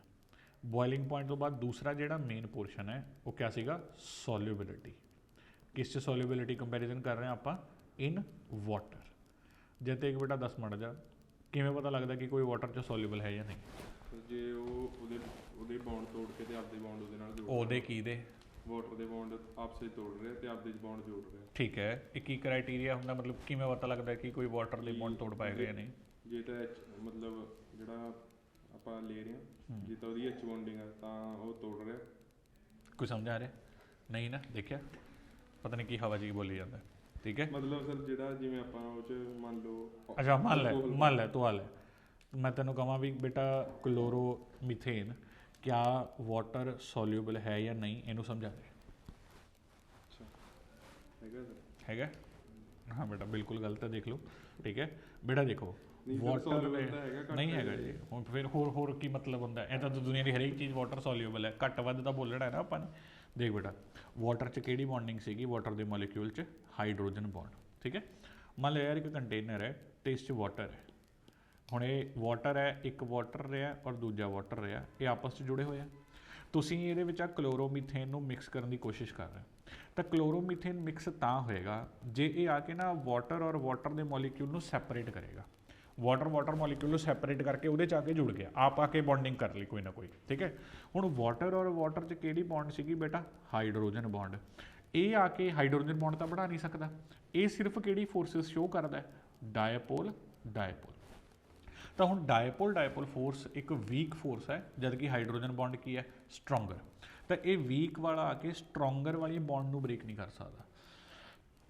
ਤਾਂ ਮੈਂ ਇਹ ਕਹੂੰਗਾ ਕਿ ਜਿਹੜਾ ਇਹ ਹੈ ਇਹ ਲੈਸ ਸੋਲਿਊਬਲ, ਠੀਕ ਹੈ ਨਾ, ਜਾਂ ਇਮਿਸਿਬਲ ਜਾਂ ਪਾਰਸ਼ਲੀ ਸੋਲਿਊਬਲ ਜਾਂ ਪੂਅਰਲੀ ਸੋਲਿਊਬਲ, ਲੈਸ ਸੋਲਿਊਬਲ ਇਨ ਵਾਟਰ। ਪੁਆਇੰਟ ਸਮਝ ਆਇਆ ਪੁੱਤਰ? ਤਾਂ ਜਨਰਲੀ ਇਹ ਪੁੱਛਿਆ ਜਾਂਦਾ ਕਿ ਵਾਈ ਹੈਲੋ ਐਲਕੇਨਸ ਆਰ ਲੈਸ ਸੋਲਿਊਬਲ ਇਨ ਵਾਟਰ, ਤਾਂ ਆਪਾਂ ਕੀ ਬੋਲਾਂਗੇ ਕਿ ਹੈਲੋ ਐਲਕੇਨਸ ਕੰਟੇਨ ਕਿਹੜੀ forces? Dipole whereas water has ਕਿਹੜੀ ਬੌਂਡਿੰਗ? Hydrogen bonding. ਤਾਂ ਇਹ ਵੀਕ ਫੋਰਸਿਸ ਇੱਕ ਸਟਰੋਂਗ ਫੋਰਸਿਸ ਨੂੰ ਬ੍ਰੇਕ ਨਹੀਂ ਕਰ ਸਕਦੀਆਂ। ਹੁਣ ਇਸੇ ਬੇਸਿਸ ਤੇ ਤੂੰ ਇਹ ਕਹਿਣਾ ਨਹੀਂ ਬੇਟਾ ਕਿ ਇਹ ਹੈਗਾ ਸੋਲਿਊਬਲ, ਨਹੀਂ ਹੈਗਾ ਸੋਲਿਊਬਲ, ਸਮਝ ਗਿਆ ਨਾ। ਅੱਛਾ ਇੱਕ ਗੱਲ ਦੱਸ, ਮੰਨ ਲਿਆ ਮੈਂ ਤੈਨੂੰ ਕਹਾਂ ਇसी ਬੇਸਿਸ ਤੇ ਕਿਆ ਮੀਥੇਨੋਲ ਪਾਣੀ 'ਚ ਸੋਲਿਊਬਲ ਹੋਏਗਾ? ਕਿਉਂਕਿ ਮੀਥੇਨੋਲ 'ਚ ਬੇਟਾ ਕਿਹੜੀ ਫੋਰਸਿਸ ਨੇ? Hydrogen bond. ਪਾਣੀ ਦੇ ਅੰਦਰ ਕਿਹੜੀਆਂ ਫੋਰਸਿਸ ਨੇ? Hydrogen bond. ਤਾਂ ਇਹ ਜਿਹੜੇ ਸਿਮਿਲਰ ਨੇਚਰ ਦੇ ਹੁੰਦੇ ਨੇ ਨਾ, ਇਹ ਇੱਕ ਦੂਜੇ 'ਚ ਸੋਲਿਊਬਲ ਹੋ ਜਾਂਦੇ ਨੇ। ਪੁਆਇੰਟ ਸਮਝ ਆਇਆ ਪੁੱਤਰ? ਠੀਕ ਹੈ ਨਾ। ਚਾਹੇ ਆਪਾਂ ਇਹਦੇ ਵਿੱਚੋਂ ਇੱਕ ਵਾਰੀ ਪੜ੍ਹ ਵੀ ਲੈਂਦੇ ਹਾਂ ਆਹੀ ਸੇਮ ਚੀਜ਼, ਥੋੜਾ ਆਈਡੀਆ ਵੀ ਲੱਗ ਜਾਊਗਾ। ਦੇਖ ਬੇਟਾ ਤੈਨੂੰ ਵੀ ਕਿੱਥੇ ਗਿਆ ਸੋਲਿਊਬਿਲਿਟੀ ਕਿੱਥੇ ਹੈ? ਮੈਲਟਿੰਗ ਆ ਗਿਆ, ਬੋਇਲਿੰਗ ਪੁਆਇੰਟ ਆ ਗਿਆ, ਸੋਲਿਊਬਿਲਿਟੀ ਕਿੱਥੇ ਗਈ ਯਾਰ? ਆ ਸੀ, ਠੀਕ ਹੈ। Even though haloalkane and haloarenes are polar, still they are insoluble in water. ਲੈਣੇ ਤਾਂ ਇਨਸੋਲਿਊਬਲ ਹੀ ਕਹਿਦਾ, ਤੂੰ ਤਾਂ ਲੈਸ ਸੋਲਿਊਬਲ ਕਹਿ ਰਿਹਾ ਸੀ, ਠੀਕ ਹੈ। If halorines to dissolve in water, energy required to overcome the force of attraction already existing between the, ऐसा फालतू दी चीज़ें अब ब्रेक द हाइड्रोजन बॉन्डिंग, ठीक है। तो ਆਪਾਂ ਨੇ ਪਾਣੀ ਔਰ ਪਾਣੀ ਦੀ ਜਿਹੜੀ ਹਾਈਡਰੋਜਨ ਬੌਂਡ ਬ੍ਰੇਕ ਕਰਨੀ ਹੈ, ਉਹਨੂੰ ਬ੍ਰੇਕ ਕਰਨ ਦੇ ਲਈ ਇਹਦੇ ਵਿੱਚ ਸਟਰੋਂਗਰ ਫੋਰਸਿਸ ਹੋਣੀਆਂ ਚਾਹੀਦੀਆਂ ਨੇ। ਇਹ ਆਪ ਤਾਂ ਵਿਚਾਰਾ ਡਾਇਪੋਲ ਦੇ ਸਿਰ ਤੇ, ਸੌਰੀ ਇਹ ਤਾਂ ਹਾਈਡਰੋਜਨ ਬੌਂਡਿੰਗ ਵਾਲਾ ਹੋ ਗਿਆ, ਤਾਂ ਇਹ ਪਾਣੀ 'ਚ ਮਿਕਸ ਹੋ ਜਾਏਗਾ, ਠੀਕ ਹੈ। ਹੁਣ ਚਲੋ ਇਸ ਚੈਪਟਰ ਦਾ ਕੁਐਸਚਨ ਨਹੀਂ ਹੈ, ਪਰ ਆਪਾਂ ਨੂੰ ਚੈਪਟਰ ਦਾ ਮਤਲਬ ਨਹੀਂ ਹੈ। ਹਾਂਜੀ ਜੈਤੇਕ ਜੀ, ਮਤਲਬ ਮੈਂ ਤੈਨੂੰ ਕਹਾਂ ਹੁਣ ਮੀਥੇਨੋਲ, ਸੋਚ ਸਮਝ ਕੇ ਕਰੀ ਆਨਸਰ, ਠੀਕ ਹੈ। ਮੈਂ ਤੈਨੂੰ ਕਹਾਂ ਬੇਟਾ ਮੀਥੇਨੋਲ ਔਰ ਈਥੇਨੋਲ ਦੇ ਵਿੱਚੋਂ, ਅੱਛਾ ਦੋਨੋਂ ਵਾਟਰ ਸੋਲਿਊਬਲ ਹੈ, ਇਹਨਾਂ ਤਾਂ ਸਹੀ ਹੈ। ਇਸ 'ਚ ਵੀ ਹਾਈਡਰੋਜਨ ਬੌਂਡ ਹੈ, ਈਥੇਨੋਲ 'ਚ ਵੀ ਹੈ। ਤਾਂ ਦੋਨਾਂ 'ਚੋਂ ਕਿਹੜਾ ਵਾਟਰ 'ਚ ਜ਼ਿਆਦਾ ਸੋਲਿਊਬਲ ਹੋਏਗਾ? ਕਿਉਂ?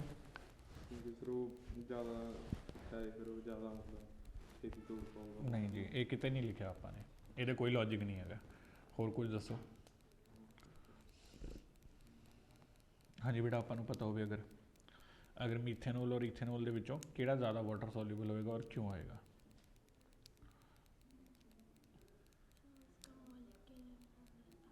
ਨਹੀਂ ਜੀ, ਇਹਦਾ ਮੋਲੀਕੂਲਰ ਮਾਸ ਜ਼ਿਆਦਾ ਜੀ। ਦੇਖੋ ਜਿਹੜੀਆਂ ਚੀਜ਼ਾਂ ਨੇ ਮੋਲੀਕੂਲਰ ਮਾਸ, ਸਰਫੇਸ ਏਰੀਆ, ਇਹ ਬੋਇਲਿੰਗ ਪੁਆਇੰਟ ਨੂੰ ਕੰਟਰੋਲ ਕਰਦੀਆਂ ਨੇ। ਇਹਦੇ ਵਿੱਚ ਐਵੇਂ ਦਾ ਕੁਛ ਨਹੀਂ ਹੈ, ਸੋਲਿਬਿਲਿਟੀ ਦਾ ਕੋਈ ਫੰਡਾ ਨਹੀਂ ਹੈ। ਮੈਂ ਤੁਹਾਨੂੰ ਇੱਕ ਗੱਲ ਦੱਸਦਾ, ਮੰਨ ਲਓ ਮੇਰੇ ਕੋਲ ਨਾ ਐਵੇਂ 10 ਕਾਰਬਨ ਦੀ ਕੋਈ ਚੇਨ ਹੈ, ਇੱਥੇ OH ਲੱਗਿਆ, ਔਰ ਮੇਰੇ ਕੋਲ 2 ਕਾਰਬਨ ਦੀ ਚੇਨ ਹੈ, ਇੱਧਰ OH ਹੈ। ਹੁਣ ਆ ਜਿਹੜੀ 10 ਕਾਰਬਨ ਦੀ ਚੇਨ ਹੈ ਨਾ, ਇਹਦੇ ਵਿੱਚ ਪੋਲਰ ਵਾਲਾ ਪੋਰਸ਼ਨ ਕੌਣ ਹੈ? OH। ਇੱਥੇ ਹੀ ਹੈ ਨਾ ਪੋਲੈਰਿਟੀ। ਜਿਹੜਾ ਬਾਕੀ ਸਾਰਾ ਇਹ ਕਿੱਦਾਂ ਦਾ ਹੁੰਦਾ ਹੈ? Non polar. ਠੀਕ ਹੈ ਨਾ। ਹੁਣ ਨੌਨ ਪੋਲਰ ਹੈ ਜਿਹੜਾ, ਉਹ ਪਾਣੀ 'ਚ ਸੋਲਿਊਬਲ ਨਹੀਂ ਹੋਏਗਾ। ਠੀਕ ਹੈ ਨਾ। ਹੁਣ ਹੈ ਤਾਂ ਇਹ ਸਾਰਾ ਸਿੰਗਲ ਮੋਲੀਕਿਊਲ ਹੀ ਹੈ।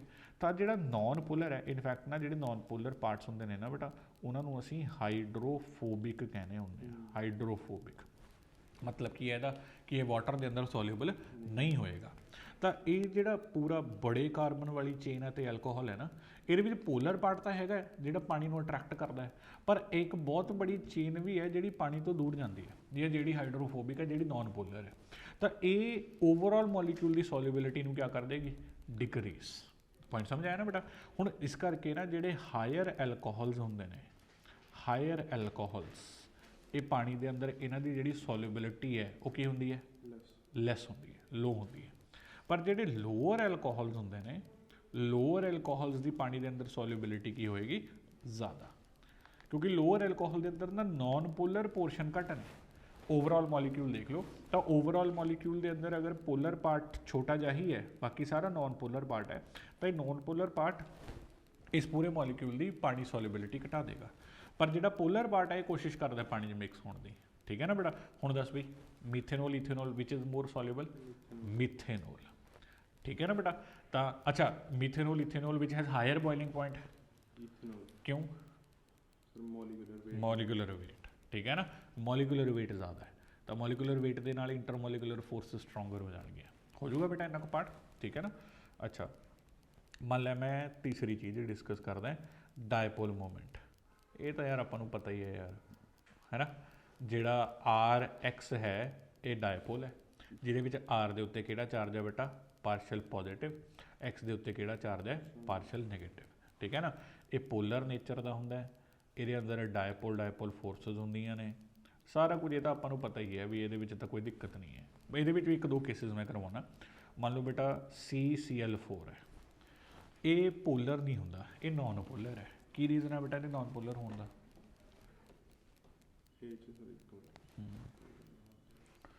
ਇਹ 'ਚ ਵੀ ਤਾਂ ਕਾਰਬਨ ਕਲੋਰੀਨ ਬੌਂਡ ਹੈ ਬੇਟਾ, ਇਹ 'ਚ ਵੀ ਤਾਂ ਕਾਰਬਨ ਤੇ ਪੋਜ਼ਿਟਿਵ, ਕਲੋਰੀਨ ਤੇ ਨੈਗੇਟਿਵ ਹੈ। ਫਿਰ ਇਹ ਨੌਨ ਪੋਲਰ ਕਿਉਂ ਹੈ?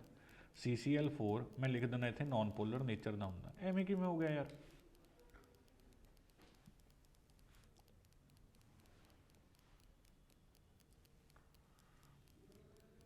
ਜਤੇ ਕਿ ਯਾਰ ਇਹ ਬਣ ਨਹੀਂ ਰਹੀ ਯਾਰ ਗੱਲ, ਲੱਗ ਨਹੀਂ ਰਿਹਾ ਵੀ ਤੂੰ ਪੜ ਰਿਹਾ।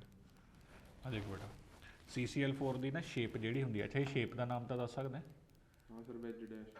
ਉਹ ਸ਼ੇਪ ਦਾ ਨਾਮ ਕੀ ਹੈ? ਸ਼ੇਪ ਦਾ ਨਾਮ ਕੀ ਹੈ? ਟੈਟਰਾਹੈਡਰਲ। ਟੈਟਰਾਹੈਡਰਲ 'ਚ ਐਂਗਲ ਕਿੰਨੇ ਹੁੰਦੇ ਨੇ? 109 ਡਿਗਰੀ। ਠੀਕ ਹੈ, 28 ਮਿੰਟਸ।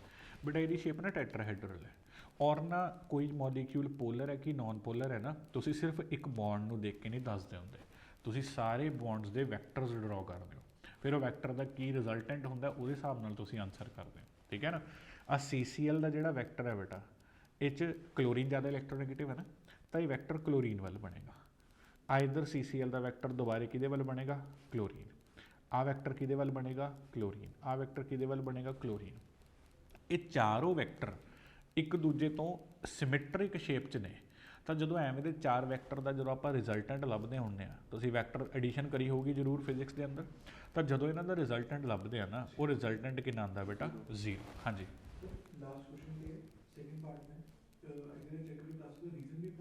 क्वेश्चन की है बेटा?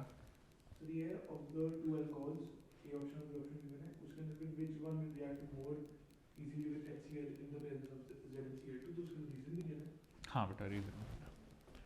ठीक है ना। तो इन्हों का जो रिजल्टेंट डायपोल मोमेंट है ना, वो कितना आएगा? 0। तो ये बॉन्ड जरूर बॉन्ड जरूर डायपोल की तरह एक्ट करदियां ने, पर जब ओवरऑल मॉलिक्यूल बनाने तो ये नॉन पोलर नेचर का होता है। समझ आया जी? ठीक है ना। तो इस करके ये नॉन पोलर है। कभी भी पोलर नॉन पोलर सिर्फ ये नहीं है भी बस एक बॉन्ड देखी तो पोलर नॉन पोलर डिसाइड करता, वो सारिया बॉन्ड्स के वैक्टर बनते हैं। हुण जिवें मान लो मैं तुहानूं कहां भी जिहड़ा CHCl3 है, ਕਿ ਇਹ ਪੋਲਰ ਹੈ ਕਿ ਨॉन ਪੋਲਰ ਹੈ। ਦੇਖੋ ਇਹ ਪੋਲਰ ਹੈ ਬੇਟਾ, ਇਹਦੇ ਵਿੱਚ ਨਾ ਜਿਹੜੀਆਂ 3 ਬੌਂਡਸ ਨੇ ਉਹ ਪੋਲਰ ਨੇ ਤੇ ਤਿੰਨੋਂ ਇੱਕ ਦੂਜੇ ਨੂੰ ਕੈਂਸਲ ਆਊਟ ਨਹੀਂ ਕਰਦੀਆਂ, ਇਹ ਪੋਲਰ ਨੇਚਰ ਦਾ ਹੈ। ਪਰ ਜਦੋਂ ਚਾਰੋਂ ਬੌਂਡ ਬਿਲਕੁਲ ਸੇਮ ਹੋ ਜਾਂਦੀਆਂ ਨੇ, ਇੱਕ ਦੂਜੇ ਨੂੰ ਇਫੈਕਟ ਨੂੰ ਕਿਆ ਕਰਦੀਆਂ ਨੇ, ਕੈਂਸਲ। ਹੁਣ ਮੰਨ ਲਓ ਆ ਲਓ CO2 ਹੈ, ਇਹ ਪੋਲਰ ਹੋਵੇ CH2 ਉਹ ਵੀ ਨਹੀਂ ਕੈਂਸਲ ਕਰਦੇ, ਉਹ 'ਚ ਵੀ ਦਿਖ ਕਾਰਬਨ ਹਾਈਡਰੋਜਨ ਦੇ ਵੈਕਟਰ ਨੇ, ਕਾਰਬਨ ਕਲੋਰੀਨ ਦੇ ਵੈਕਟਰ ਨੇ, ਇਹ ਵੈਕਟਰ ਦੀ ਵੈਲਿਊ ਇਕੁਅਲ ਨਹੀਂ ਹੁੰਦੀ। 2 equal vector in the opposite direction will cancel. ਜੇ ਵੈਕਟਰ ਅਨਇਕੁਅਲ ਨੇ ਫਿਰ ਰਿਜ਼ਲਟੈਂਟ 0 ਨਹੀਂ ਆਉਂਦਾ। 2 ਵੈਕਟਰ ਤਾਂ ਕਾਰਬਨ ਹਾਈਡਰੋਜਨ ਵਾਲੇ ਨੇ, 2 ਵੈਕਟਰ ਕਾਰਬਨ ਕਲੋਰੀਨ ਵਾਲੇ ਨੇ, ਇਹ ਕੈਂਸਲ ਨਹੀਂ ਕਰਦੇ, ਠੀਕ ਹੈ ਨਾ। ਹਾਂ ਡਾਇਪੋਲ ਕਲੋਰੀਨ ਦੀ ਕੈਂਸਲ ਕਰਦੇ ਐਗਜ਼ੈਕਟਲੀ ਆਪੋਜ਼ਿਟ ਥੋੜੀ ਹੁੰਦੇ ਨੇ, 109 ਡਿਗਰੀ ਦਾ ਐਂਗਲ ਹੁੰਦਾ ਹੈ ਨਾ, ਠੀਕ ਹੈ ਨਾ। CO2 ਜਿਹੜਾ ਵੈਕਟਰ ਹੈ, CO2 ਨੂੰ ਡਿਸਕਸ ਕਰਦੇ ਹਾਂ। CO2 ਹੁੰਦਾ ਬੇਟਾ, ਜਦੋਂ ਇਹਦੀ ਤੁਸੀਂ ਸ਼ੇਪ ਬਣਾਓਗੇ ਨਾ ਤਾਂ CO2 ਦੀ ਜਿਹੜੀ ਸ਼ੇਪ ਹੁੰਦੀ ਹੈ ਉਹ ਲੀਨੀਅਰ ਹੁੰਦੀ ਹੈ। ਤਾਂ ਕਾਰਬਨ ਦੇ ਅਰਾਊਂਡ ਇੱਕ ਆਕਸੀਜਨ ਇੱਧਰ, ਇੱਕ ਆਕਸੀਜਨ ਇੱਧਰ, ਜਿਹਦੇ ਵਿੱਚ ਜਿਹੜਾ ਐਂਗਲ ਹੁੰਦਾ ਉਹ 180 ਡਿਗਰੀ ਦਾ ਹੁੰਦਾ ਬੇਟਾ। ਹੁਣ ਤੁਸੀਂ ਇਹਦੇ ਵੈਕਟਰ ਬਣਾ ਕੇ ਦੇਖੋ, ਕਾਰਬਨ ਤੇ ਆਕਸੀਜਨ ਤੋਂ ਜ਼ਿਆਦਾ ਇਲੈਕਟ੍ਰੋਨੈਗੇਟਿਵ ਕੌਣ ਹੈ, ਆਕਸੀਜਨ। ਤਾਂ ਆਹ ਵੈਕਟਰ ਆਕਸੀਜਨ ਵੱਲ ਬਣੂਗਾ, ਇਧਰ ਆਹ ਵੈਕਟਰ ਆਕਸੀਜਨ ਵੱਲ ਬਣੂਗਾ। ਕਿੰਨੇ ਡਿਗਰੀ ਦਾ ਐਂਗਲ ਹੈ ਵਿੱਚ ਬੇਟਾ, 180, ਤੇ ਵੈਕਟਰ ਵੀ ਦੋਨੇ ਬਰਾਬਰ ਹੀ ਨੇ, ਨਿਊ। ਤਾਂ ਜਦੋਂ ਇਹਨਾਂ ਦੀ ਜਿਹੜਾ ਰਿਜ਼ਲਟੈਂਟ ਹੋਊਗਾ ਉਹ ਰਿਜ਼ਲਟੈਂਟ ਕਿੰਨਾ ਹੋਊਗਾ ਬੇਟਾ, 0। ਤਾਂ ਇਹ ਪੋਲਰ ਹੈ ਕਿ ਨॉन ਪੋਲਰ ਹੈ, ਨॉन ਪੋਲਰ। ਪੁਆਇੰਟ ਸਮਝ ਰਹੇ ਨਾ ਬੇਟਾ। ਤਾਂ ਪੋਲਰ ਨॉन ਪੋਲਰ ਸਿਰਫ ਐ ਨਹੀਂ ਆ ਵੀ ਇੱਕ ਬੌਂਡ ਦੇਖੀ ਤੇ ਪੋਲਰ ਨॉन ਪੋਲਰ ਡਿਸਾਈਡ ਕਰ ਲਿਆ। ਇਹਦੇ ਲਈ ਸਾਰਾ ਮੋਲੀਕਿਊਲ ਨੂੰ ਆਪਾਂ ਨੂੰ ਦੇਖਣਾ ਪਊਗਾ। ਤਾਂ ਆਪਾਂ ਡਾਇਪੋਲ ਮੋਮੈਂਟ ਤੇ ਚੱਲਦੇ ਹਾਂ। ਇਹਦੇ ਵਿੱਚ ਨਾ ਜ਼ਰੂਰ ਮੈਂਸ਼ਨਡ ਵੀ ਹੋਊਗਾ, ਲੋ ਮਤਲਬ ਸ਼ੇਪ ਪਤਾ ਹੋਣੀ ਚਾਹੀਦੀ। ਹਾਂ ਸ਼ੇਪ ਦਾ ਥੋੜਾ ਆਈਡੀਆ ਰਹਿਣਾ ਚਾਹੀਦਾ, ਠੀਕ ਹੈ ਨਾ। ਤਾਂ ਜਿਵੇਂ ਆ ਡਾਇਪੋਲ ਮੋਮੈਂਟ ਵਗੈਰਾ ਦਾ ਸਾਰਾ ਦਿੱਤਾ ਹੋਇਆ, ਇਹਨੂੰ ਇੱਕ ਵਾਰੀ ਪੁੱਤਰ ਤੂੰ ਪੜ੍ਹ ਲਈ। ਤੁਸੀਂ ਬੇਟਾ ਸਿਰਫ NCERT ਫੋਕਸਡ ਰਹੋ, ਹੋਰ ਕੁਝ ਕਰਨ ਦੀ ਜ਼ਰੂਰਤ ਨਹੀਂ, ਠੀਕ ਹੈ। ਅੱਛਾ ਇੱਕ ਆ ਵੀ ਚੀਜ਼ ਆਪਾਂ ਦੇਖ ਲੈਂਦੇ ਹਾਂ। ਮੰਨ ਲੈ 2 ਵੈਕਟਰ ਥੀਟਾ ਡਿਗਰੀ ਤੇ ਨੇ, ਇਹ ਥੋੜਾ ਜਿਹਾ ਤੇਰੇ ਵਾਸਤੇ ਹੈ, ਠੀਕ ਹੈ। ਜੇ ਕਿਤੇ ਵਧੀਆ ਲੈਵਲ ਦਾ ਕੋਈ ਕੁਐਸਚਨ ਬਣਦਾ, 2 ਵੈਕਟਰ ਨਿਊ ਨੇ ਤੇ ਇਹਨਾਂ ਦੇ ਅੰਦਰ ਜਿਹੜਾ ਐਂਗਲ ਹੈ ਉਹ ਥੀਟਾ ਹੈ। ਰਿਜ਼ਲਟੈਂਟ ਕਿਵੇਂ ਫਾਈਂਡ ਕਰਦੇ ਹੁੰਦੇ ਆ? ਚਲੋ ਆਪਾਂ ਐਂਗਲ ਨਹੀਂ ਮੈਂ ਪੁੱਛ ਰਿਹਾ, ਮੈਗਨੀਟਿਊਡ। ਮੈਗਨੀਟਿਊਡ ਸਰ ਸੈਂਟਰ ਤੇ ਆਪਾਂ ਕੱਢਾਂਗੇ, ਉਹਨੂੰ ਸਾਈਨ ਤੇ ਉਹ ਡਿਵਾਈਡ। ਬੇਟਾ ਮੈਗਨੀਟਿਊਡ ਦੀ ਵੈਲਿਊ ਕਿੰਨੀ ਹੁੰਦੀ ਹੈ? Under the root μ1 square plus μ2 square plus 2 μ1 into μ2 into cos of theta, ਠੀਕ ਹੈ ਨਾ ਬੇਟਾ। ਅਗਰ ਆ 2 ਵੈਕਟਰ ਦਿੱਤੇ ਹੋਏ ਨੇ ਤਾਂ ਉਹਨਾਂ ਦਾ ਰਿਜ਼ਲਟੈਂਟ ਇੱਦਾਂ ਫਾਈਂਡ ਕਰਦੇ ਆ। ਰਿਜ਼ਲਟੈਂਟ ਦੋਨਾਂ ਦੇ ਸੈਂਟਰ 'ਚੋਂ ਜਾ ਰਿਹਾ ਹੁੰਦਾ, ਉਹ ਤੈਨੂੰ ਪਤਾ ਹੋਊਗਾ, ਠੀਕ ਹੈ ਪੁੱਤਰ। ਹੁਣ ਜਿਵੇਂ ਆ ਦੇਖ ਲਓ, ਆ ਬੜਾ ਵਧੀਆ ਕੁਐਸਚਨ ਹੈ, ਮਤਲਬ ਇਹਨੂੰ ਤਾਂ ਆਪਾਂ ਤਾਂ ਸਾਰੇ ਅਨਨੈਸੈਸਰੀ ਹੈ। ਆ ਲੈ ਬੇਟਾ, ਆ ਜਿਵੇਂ ਬੜਾ ਵਧੀਆ ਕੁਐਸਚਨ ਹੈ ਕਿ ਕਹਿੰਦਾ ਆਰਥੋ ਓ ਡਾਈਕਲੋਰੋਬੈਂਜ਼ੀਨ, ਠੀਕ ਹੈ, M ਡਾਈਕਲੋਰੋਬੈਂਜ਼ੀਨ, ਔਰ ਕਹਿੰਦਾ P ਡਾਈਕਲੋਰੋਬੈਂਜ਼ੀਨ, ਇਹਨਾਂ ਦੀ ਡਾਇਪੋਲ ਮੋਮੈਂਟ ਕੰਪੈਰੀਜ਼ਨ ਕਰੋ। ਪਹਿਲਾਂ ਤਾਂ ਇਹ ਸਟਰਕਚਰ ਸਮਝਦੇ ਹਾਂ। OMP ਕੀ ਮਤਲਬ ਹੁੰਦਾ ਇਹਨਾਂ ਦਾ ਬੇਟਾ? ਆਰਥੋ, ਮੈਟਾ, ਪੈਰਾ। ਡਾਈਕਲੋਰੋ ਯਾਨੀ ਕਿ ਇੱਕ ਕਲੋਰੀਨ ਅਗਰ ਉੱਪਰ ਹੈ ਤਾਂ ਇੱਕ ਕਲੋਰੀਨ ਉਹਦੇ ਆਰਥੋ ਤੇ ਹੈ, ਠੀਕ ਹੈ। M ਡਾਈਕਲੋਰੋ 'ਚ ਕੀ ਆਏਗਾ ਬੇਟਾ? ਇੱਕ ਕਲੋਰੀਨ ਅਗਰ ਟੌਪ ਤੇ ਹੈ ਤਾਂ ਇੱਕ ਕਲੋਰੀਨ ਉਹਦੇ ਮੈਟਾ ਤੇ ਹੈ। P ਡਾਈਕਲੋਰੋ 'ਚ ਕੀ ਆਏਗਾ? ਇੱਕ ਕਲੋਰੀਨ ਟੌਪ ਤੇ ਇੱਕ ਪੈਰਾ ਤੇ, ਠੀਕ ਹੈ। ਹੁਣ ਜੇ ਤੁਸੀਂ ਡਾਇਰੈਕਸ਼ਨ ਹੀ ਦੇਖੋਗੇ ਨਾ ਫਿਰ ਤਾਂ ਤਿੰਨਾਂ 'ਚ ਬੌਂਡ ਸੇਮ ਹੀ ਆ ਬੇਟਾ, ਪਰ ਆਪਾਂ ਨੇ ਡਾਇਰੈਕਸ਼ਨ ਸਭ ਤੋਂ ਮੈਟਰ ਕਰਦੀ ਹੈ।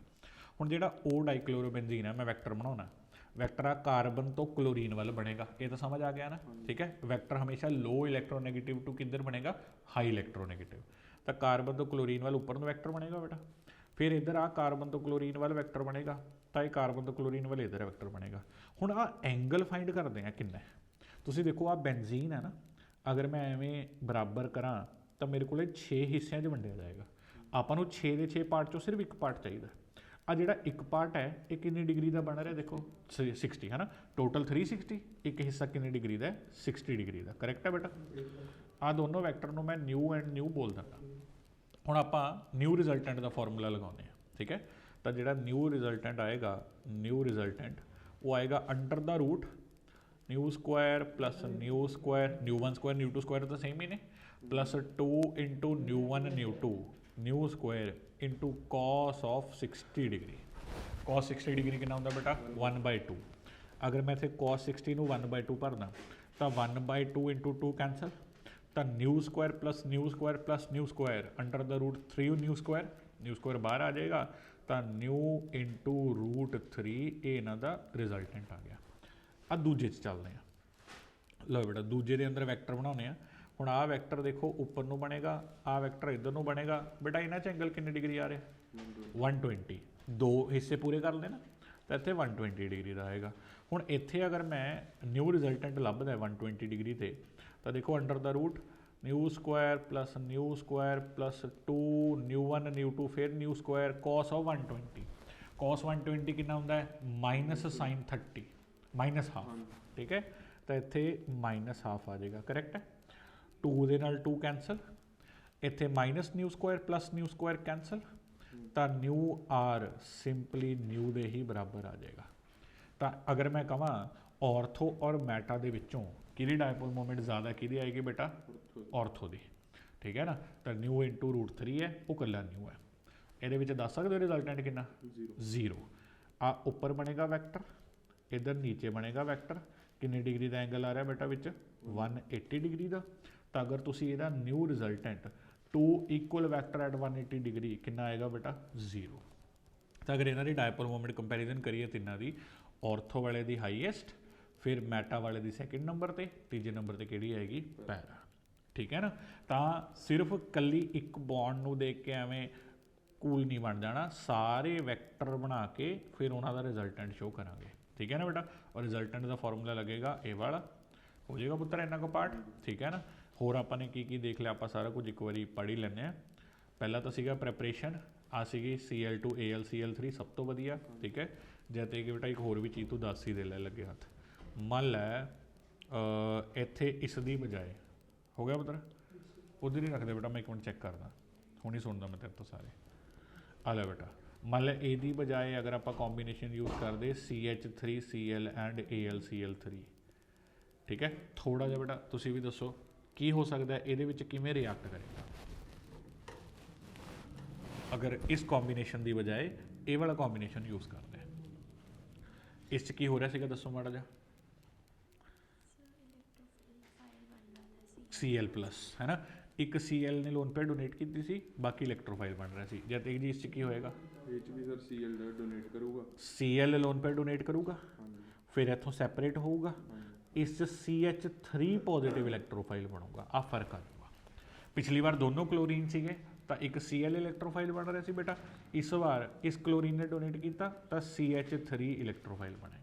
ਪੁਆਇੰਟ ਸਮਝੇ ਨਾ ਬੇਟਾ। ਮੰਨ ਲੈ ਮੈਂ ਤੁਹਾਨੂੰ ਸਮਝ ਰਿਹਾ ਨਾ ਕਿ ਕੰਬੀਨੇਸ਼ਨ ਬਦਲ ਜੇ ਤਾਂ ਐਵੇਂ ਡਰਨ ਦੀ ਜ਼ਰੂਰਤ ਨਹੀਂ ਹੈ। ਮੰਨ ਲੈ ਤੇਰੇ ਕੋਲ ਹੈ CH3 CH2Cl ਔਰ AlCl3, ਹੁਣ ਬੇਟਾ ਦੱਸ ਇਸ 'ਚ ਕਿਵੇਂ ਹੋਏਗਾ। Cl ਇਲੈਕਟ੍ਰੋਨ ਡੋਨੇਟ ਕਰਤਾ, ਓਕੇ, ਇੱਥੇ ਪੋਜ਼ੀਟਿਵ ਆ ਗਿਆ, ਸੈਪਰੇਟ ਹੋ ਗਿਆ, ਇਸ ਜਗ੍ਹਾ ਤੇ ਇੱਥੇ ਪੋਜ਼ੀਟਿਵ ਆ ਜਾਏਗਾ, ਹੁਣ ਇਹ ਇੱਕ ਇਲੈਕਟ੍ਰੋਫਾਈਲ ਬਣ ਜਾਏਗਾ। ਇਹ ਸਿੱਧਾ ਜਾ ਕੇ ਬੈਂਜ਼ੀਨ ਦੇ ਉੱਤੇ ਅਟੈਕ ਕਰ ਦੇਗਾ। ਕੋਈ ਡਾਊਟ ਤਾਂ ਨਹੀਂ ਬੇਟਾ, ਠੀਕ ਹੈ। ਜੇ ਤੇ ਇੰਨਾ ਪਾਰਟ ਸਾਰਾ ਪੜ੍ਹ ਲਾ ਪੁੱਤਰ, ਠੀਕ ਹੈ। ਤੇ ਕੱਲ੍ਹ ਮੈਂ ਤੇਰੇ ਤੋਂ ਇੱਥੇ ਤੱਕ ਦੀ ਸਾਰੀਆਂ ਓਰਲ ਰਿਐਕਸ਼ਨਸ ਇੱਕ ਵਾਰ ਸੁਣਾਂਗੇ। ਤੁਸੀਂ ਬੇਟਾ ਤੁਸੀਂ ਉਹ ਐਗਜ਼ਾਮ ਆਈਡੀਆ 'ਚੋਂ ਹੀ ਕਰੋ, ਠੀਕ ਹੈ। ਤੁਹਾਨੂੰ ਇਹ ਕਰਨ ਦੀ ਜ਼ਰੂਰਤ ਨਹੀਂ ਹੈ। ਤੂੰ ਬੇਟਾ ਇੱਥੇ ਤੱਕ ਦਾ ਸਭ ਕੁਝ ਪੜ੍ਹਨਾ, ਠੀਕ ਹੈ। ਕੁਐਸਚਨਸ ਕੋਈ ਕਰ ਰਹੇ ਟਰਾਈ, ਕਿਹਦੇ ਕਰ ਰਹੇ? ਹਾਈਡਰੋਕਾਰਬਨ ਦੇ ਪ੍ਰੀਵੀਅਸ ਈਅਰ, ਉਹ ਤਾਂ ਹੋ ਰਹੇ ਹੋਣੇ, ਕਰ ਰਹੇ ਕਿਉਂ ਯਾਰ, ਉਹ ਤਾਂ ਇੱਕ ਦਿਨ 'ਚ ਹੋਣੇ ਚਾਹੀਦੇ ਆ ਸਰ। ਉਹ ਅੱਧਾ ਚੈਪਟਰ ਹੋ ਗਿਆ, ਅੱਧਾ ਰਹਿੰਦਾ ਯਾਰ। ਇੰਨਾ ਸਲੋ ਤੈਨੂੰ ਲੱਗਦਾ ਵੀ ਹੋਣਾ ਚਾਹੀਦਾ? ਜਿੰਨਾ ਕੁ ਤੇਰੇ ਕੋਲ ਟਾਈਮ ਹੈ ਤੈਨੂੰ ਤਾਂ ਐਵੇਂ ਹੋਣਾ ਚਾਹੀਦਾ ਵੀ ਇੱਕ ਦਿਨ 'ਚ ਤੇਰਾ ਹਾਈਡਰੋਕਾਰਬਨ, ਕੱਲ੍ਹ ਮੈਨੂੰ ਤੇਰੇ ਹਾਈਡਰੋਕਾਰਬਨ ਦੇ ਕੁਐਸਚਨ ਸਾਰੇ ਦੇਖਣੇ ਨੇ। ਸੋਲਵ ਕਰ ਰਹੇ ਕਿਸੇ ਕਾਪੀ 'ਚ ਕਿ ਬਸ ਓਰਲੀ ਕਰ ਰਹੇ? ਸੋਲਵ ਕਰ ਰਹੇ ਆ ਨਾ, ਕੱਲ੍ਹ ਚੈੱਕ ਕਰਾਂ। ਅੱਧੇ ਦਾ ਮੂਜਵਾਨੀ ਹੋ ਜਾਂਦੇ ਆ, ਦੇਖ ਲਾਂਗੇ। ਜਿਹੜੇ ਮੂਜਵਾਨੀ ਹੋ ਗਏ ਉਹ ਵੀ ਦੇਖ ਲੈਂਦੇ ਆ, ਜਿਹੜੇ ਨਹੀਂ ਹੋਏ ਉਹ ਕੱਲ੍ਹ ਮੈਨੂੰ ਚੈੱਕ ਕਰਾ। ਪ੍ਰੀਵੀਅਸ ਈਅਰ ਨੀਟ ਵਾਲੀ ਆਪਣੀ ਬੁੱਕ ਲੈ ਕੇ ਆ, ਅਤੇ ਕੱਲ੍ਹ ਆਪਾਂ ਹਾਈਡਰੋਕਾਰਬਨ ਤੇਰਾ ਸਾਰਾ, ਨਾਲੇ ਤਾਂ ਡਾਊਟਸ ਕਰ ਲਾਂਗੇ ਬਹਾਨੇ ਨਾਲ, ਅਤੇ ਪਲੱਸ ਇਹਦੇ ਵਿੱਚ ਅੱਗੇ ਕਰ ਲਾਂਗੇ। ਪਲੱਸ ਟਾਈਮ ਦੇ ਇੰਨਾ ਕੁ, ਠੀਕ ਹੈ। ਹੁਣ ਇਹਦੇ ਫਿਜ਼ੀਕਲ ਪ੍ਰੋਪਰਟੀਜ਼ ਤੱਕ ਸਾਰਾ ਕਰ ਲੈ, ਕੱਲ੍ਹ ਇਹਦੇ ਕੈਮੀਕਲ ਪ੍ਰੋਪਰਟੀਜ਼ ਕਵਰ ਹੋ ਜਾਣਗੇ। ਤੈਨੇ ਸਾਰਾ ਕੀਤਾ ਹੋਇਆ। ਇਨਫੈਕਟ ਇਹ ਵਾਲਾ ਚੈਪਟਰ ਸੌਖਾ ਹੈ।